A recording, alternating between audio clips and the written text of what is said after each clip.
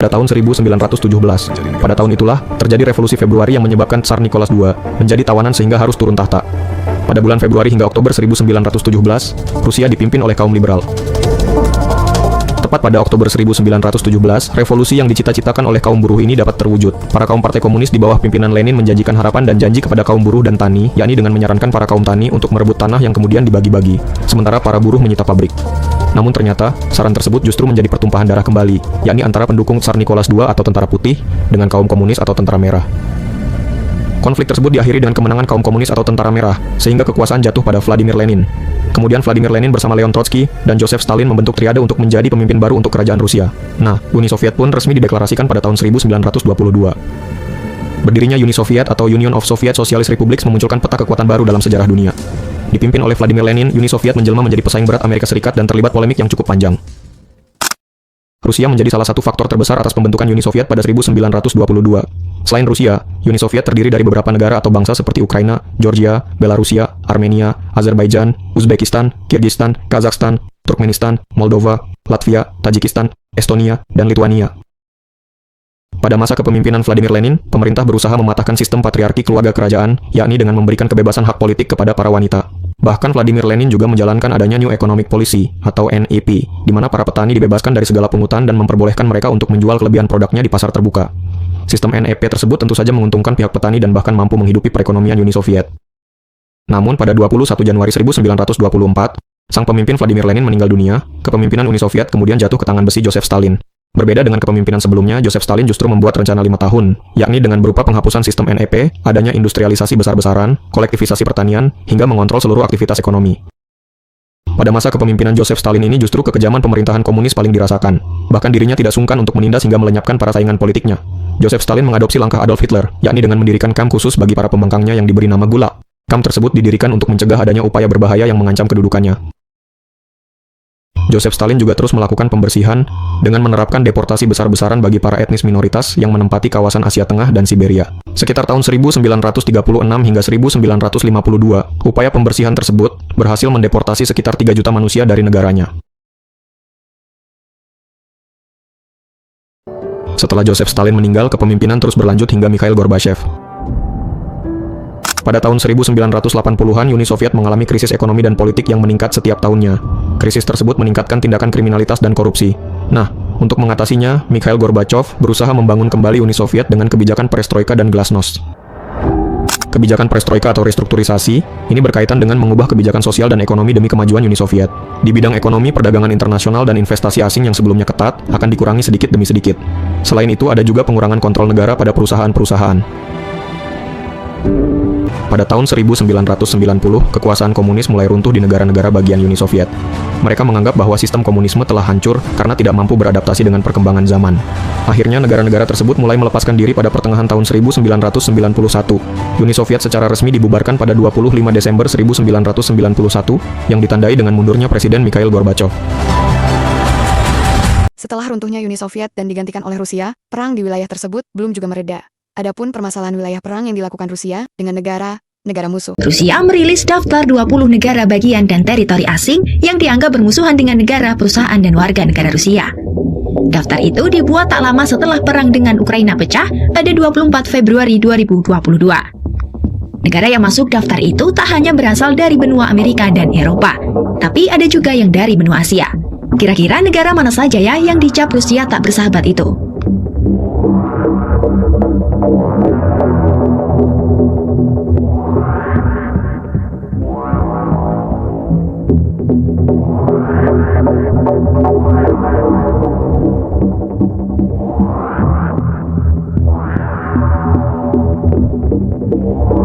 Negara dan wilayah yang masuk dalam daftar ini dianggap tak bersahabat karena telah memberlakukan atau bergabung dengan sanksi terhadap Rusia setelah dimulainya invasi di Ukraina.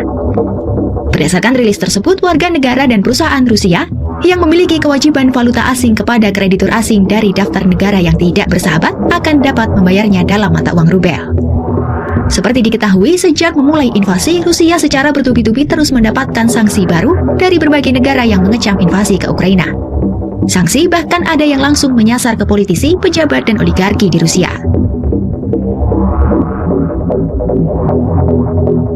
perang di negara-negara bagian seperti Ukraina, yang masih terus berlanjut. Dalam hal ini, invasi Crimea 2014 akan dibahas. Penyebab Rusia menginvasi Ukraina di Crimea pada 2014 lalu, yakni karena krisis domestik di wilayah tersebut. Krisis Crimea ini kemudian mengundang konflik antara negara-negara Uni Eropa dan Rusia. Situasi pun diperparah dengan pengumuman Presiden Ukraina kala itu, Viktor Yanukovych, bahwa negaranya mundur dari perjanjian Uni Eropa pada November 2013.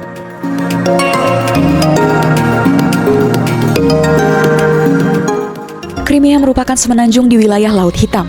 Selama 1921 sampai 1945, Crimea merupakan milik Uni Soviet dan kemudian dikuasai Ukraina. Namun, Rusia ingin memanfaatkan letak geopolitik Crimea yang strategis untuk memperkuat pengaruh di kawasan Eropa Timur dan Timur Tengah. Dikutip dari BBC pada 2014, Crimea merupakan pusat sentimen pro-Rusia yang saat itu bisa berubah menjadi separatisme. Crimea sendiri dihuni 2,3 juta orang yang mayoritas mengidentifikasi dirinya sebagai etnis Rusia dan berbahasa Rusia. Minoritas terbesar di sana yaitu etnis Muslim Tatar Crimea mengklaim pernah menjadi penduduk mayoritas. Namun, sebagian besar dari mereka dideportasi oleh diktator Soviet Joseph Stalin pada 1944 karena diduga bersekongkol dengan penyusup Nazi di Perang Dunia II. Bangsa Tatar lantas kembali ke Crimea usai pecahnya Uni Soviet pada 1991, dan sejak saat itu hubungannya tegang dengan etnis Rusia atas hak kepemilikan tanah. Pada pemilihan Presiden Ukraina, mayoritas warga Crimea memilih Viktor Yanukovych yang pro-Rusia. Ketika Viktor lengser, banyak warga Crimea meyakini bahwa ia menjadi korban kudeta. Separatis di Crimea kemudian memilih bergabung dengan Federasi Rusia pada Maret 2014.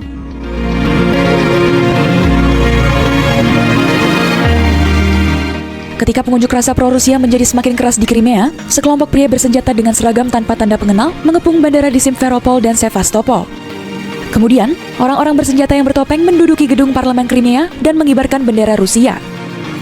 Anggota parlemen pro-Rusia lantas membubarkan pemerintahan saat itu dan mengangkat Sergei Aksyonov, pemimpin Partai Persatuan Rusia, sebagai Perdana Menteri Crimea. Jaringan suara dan data antara Crimea dan Ukraina pun terputus. Pihak berwenang Rusia kemudian mengaku bahwa mereka telah mengerahkan pasukan ke wilayah tersebut. Presiden Rusia Vladimir Putin menyebutnya sebagai upaya untuk melindungi warga Rusia dan aset militer di Crimea. Adapun Aksyonov mengatakan bahwa ialah yang memimpin pasukan polisi dan militer Ukraina di Crimea, bukan pemerintah di Kiev. Aneksasi Rusia di Crimea pun berakhir pada 21 Maret 2014 usai ratifikasi perjanjian oleh parlemen Rusia. Putin pun menandatangani UU yang secara resmi mengintegrasikan Crimea ke wilayah Rusia. Dengan semangat patriotiknya, Rusia membuat kebijakan dengan merekrut militer wanita untuk menjaga wilayah perbatasan Ukraina. Pasukan militer Rusia merekrut wanita demi menjaga pertahanan di kawasan perbatasan Ukraina. Dikabarkan pejuang wanita tengah menjalani pelatihan militer di bagian barat daerah tersebut. Seperti yang terlihat dalam video, pejuang wanita kala itu berlatih menembak senapan. Selain itu berlatih bagaimana cara memberikan pertolongan pertama kepada tentara. Terlihat para wanita tersebut sangat antusias dalam berlatih. Mereka mampu berlari dan melompat cukup gesit. Sebelumnya, anggota pertahanan teritorial Belgorod, yakni Natalia Kolesnikova, sempat memposting adanya rekrutmen online yang difokuskan untuk wanita. Namun, tak berlangsung lama, ia menghapus iklan perekrutan tersebut tanpa penjelasan. Seperti diketahui, Gubernur wilayah Belgorod, yakni Vyacheslav Gladkov, mengumumkan pembentukan unit pertahanan diri teritorial pada Desember 2022 lalu. Menurut penyelenggara, tujuan utama gerakan itu bukanlah untuk berperang di medan perang yang sebenarnya, tetapi untuk membangkitkan semangat patriotik dengan latar belakang operasi militer khusus di Ukraina. Самая основная глобальная цель – это поднятие патриотического духа нашего населения. Мы патриоты, мы должны показать, что Россия, мы хотим, чтобы нас видели, что мы патриоты, чтобы нас все другие люди заразились этой идеей, хотя я думаю, что каждый человек, живущий на территории России, уже является патриотом априори. И чтобы другие страны видели, что Россия объединенная, добрая страна и патриотическая. Мы не готовим девушек к отправке на СВО. Самое главное – это уметь постоять за себя здесь, в тылу. Если вдруг понадобится защитить себя и своих детей, своих родителей, бабушек и дедушек. Latihan diadakan 3 kali seminggu di klub olahraga setempat dan latihan menembak di tempat latihan di luar kota. Sementara instrukturnya adalah militer yang bertugas atau masih bertugas di Ukraina. Dampak dari perang antar wilayah, negara yang kaya akan sektor alam ini sempat mengalami krisis ekonomi yang signifikan. Dalam beberapa tahun belakangan ini, Rusia sering disebut media sebagai energi superpower. Ada beberapa alasan mengapa Rusia disebut sebagai energi superpower. Pertama, karena Rusia memiliki cadangan gas alam terbesar di dunia. Kedua, Rusia memiliki cadangan minyak terbesar ke-8 dan cadangan batu bara Rusia adalah kedua terbesar di dunia. Selain potensi dan kandungan alam yang mendukung itu, Rusia pun sampai saat ini sudah memimpin dalam hal eksportir gas alam dan menjadi produsen gas alam terbesar kedua di dunia. Selain kekayaan alamnya dalam soal gas dan energi, Rusia pun menjadi produsen listrik yang menjadikan Rusia terbesar ketiga di dunia dan produsen energi terbarukan terbesar kelima di dunia. Dan dalam catatan sejarah, Rusia adalah negara pertama yang mengembangkan pembangkit nuklir sipil dan membangun pembangkit listrik nuklir pertama di dunia. Sektor perminyakan dan gas alam di Rusia bisa dibilang tumbuh dengan sangat cepat. Salah satu faktornya adalah karena semua tenaga nuklir di Rusia dikelola oleh Rosatom State Corporation, dan faktor lainnya karena negara-negara Eropa membutuhkan energi dan Rusia punya cadangan yang sangat kaya untuk memasoknya, dan faktanya lebih dari 25% minyak dan gas yang dikonsumsi Eropa berasal dari Rusia. Dalam rencana anggaran awal tahun 2025 menetapkan defisit sebesar 0,5% dari PDB. Pada bulan Juni, Duma Negara merevisi anggaran, melipat gandakan tingkat defisit. Batasan ini pun sepertinya tidak akan terpenuhi. Menurut media Rusia, Kementerian Keuangan tengah mempersiapkan peningkatan defisit lagi. Analis meyakini ini adalah satu-satunya pilihan Kremlin karena Putin tidak akan setuju untuk memangkas pengeluaran pada kompleks industri militer atau perang yang sedang berlangsung melawan Ukraina. Selama 4 bulan tersisa, bahkan mengurangi keseluruhan ke tingkat yang dapat diterima yang ditetapkan dalam anggaran yang direvisi akan sangat sulit. Baik pengeluaran sosial maupun peningkatan biaya utilitas di sektor publik tidak dapat dipotong, dan hampir tidak ada yang berani mendanai kompleks industri militer secara kurang. Dengan demikian, defisit paling banter akan berjumlah sekitar 5,5 hingga 6 triliun rubel pada akhir tahun. Maxim Blan, komentator ekonomi dan humas dalam artikel opini untuk Radio Free Europe.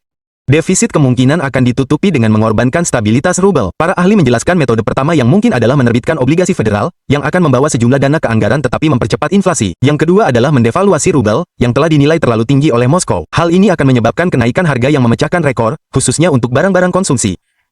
Dengan kata lain, untuk mendapatkan lebih banyak rubel untuk dolar minyak bersyarat karena devaluasi. Namun, ini adalah pedang bermata dua. Jika Anda menurunkan nilai tukar menjadi sekitar 110 rubel per dolar, semua harga di negara yang terkait dengan impor akan otomatis naik sebesar 25%. Karena saat ini, Rusia sangat bergantung pada impor terutama dari Tiongkok.